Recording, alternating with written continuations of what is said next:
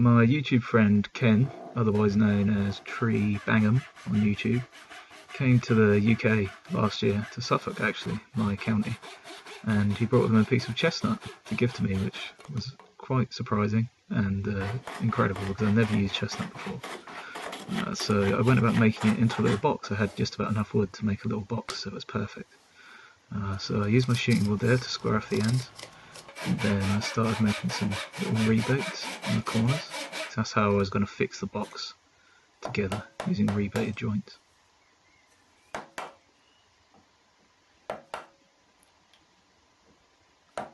Then I used a router plane to make the rebates square with the face of the board.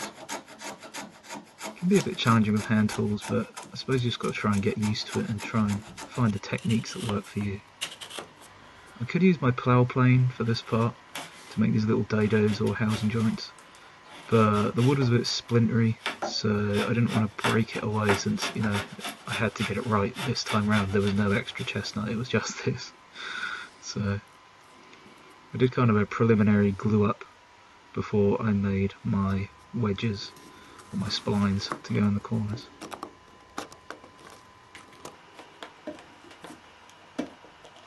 I just ensured that the wood was held together so I could then work on it easier to do the splines. So then I took a piece of maple from a nearby farm that was given to me a few years ago, and I went about squaring it and cutting it down to the right width, and just planing it to get it nice and flat and square all the way around.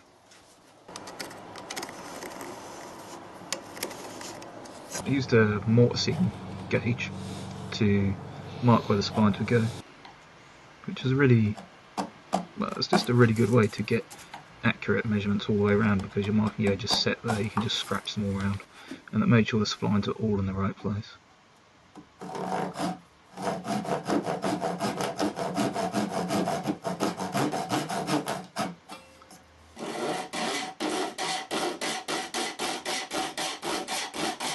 I use my shooting board as a kind of bench hook, which kind of right after I did this episode I thought, okay, I've got to make a bench hook, it's ridiculous I don't have one.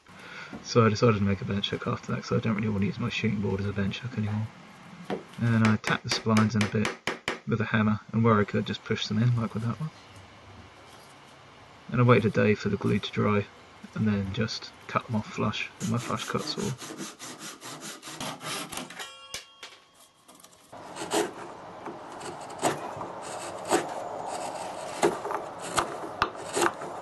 I found a washer to draw the corners the way I want them to be, nice and curved. And then I used my chisel to kind of just pare away a little bit, get that nice curve I was looking for.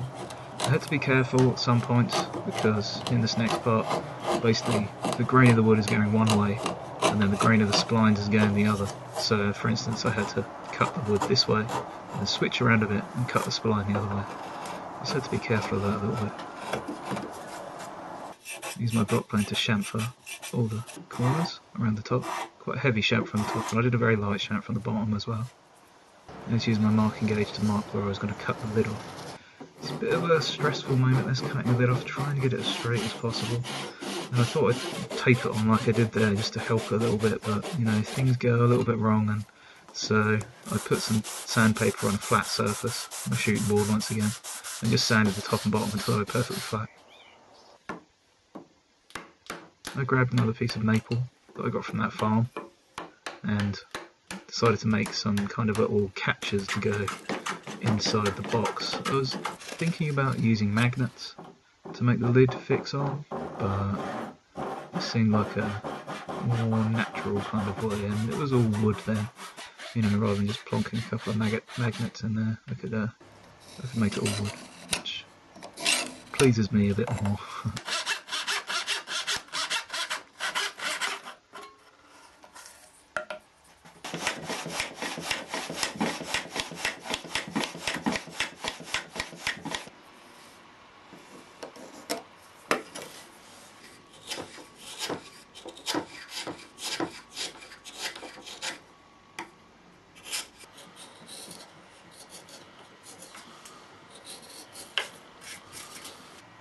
So then I just glued those on and clamped them on and left them on there for a day. and then we were pretty much done. Just did a light sanding, and then I put some Danish oil on the next day. And the thing I love about this box is that the chestnut wood for the main part of the box comes from Philadelphia, from my friend Ken. The amazing piece of leatherwork in the top comes from my friend Randahl on Twitch. I won that piece of leather on his channel last year, and I said to Randahl, I'm going to put that on a box one day. And about 6 or 7 months later I finally got around to doing it. So that's another reason I made this box. So we've got the chestnut from Philadelphia, the leatherwork from Texas, and those maple pieces, the splines and the maple on the inside, from Suffolk, from a farm just down the road. So it's really great to bring all those three things together into this one box. Anyway, thanks a lot for watching, guys. Hope you enjoyed it, and hopefully I'll catch you again soon.